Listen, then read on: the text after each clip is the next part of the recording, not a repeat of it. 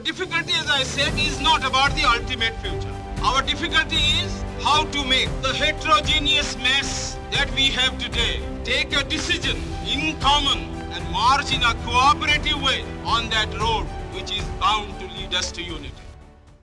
Speaks Ambedkar in Parliament laying down his vision for India.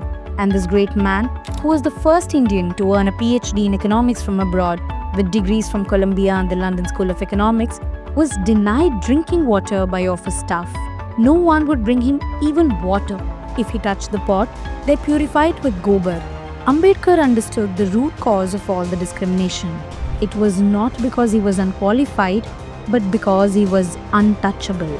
Yet, he did not back down, rather continued with steel resolve to work towards the marginalized, launching the Mook Nayak, a newspaper to give voice to the voiceless, founding the Bahishkrit Hitakarni Sabha to fight for the rights of the oppressed. In 1927, he led the Mahat Satyagraha, demanding Dalits' right to drink water from public tanks.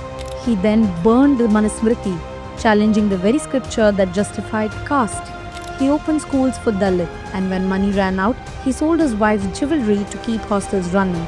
He wrote fiercely books like Annihilation of Caste, where he dismantled orthodox Hindu beliefs, and Who Were the Shudras, where he traced the roots of untouchability itself. And when India became independent, it was Ambedkar who drafted our constitution. He enshrined liberty, equality, and fraternity into law. He gave every Indian the right to vote, no matter their caste, class, or gender. From the dust of discrimination to the foundations of democracy, Ambedkar didn't just fight for justice, he built it.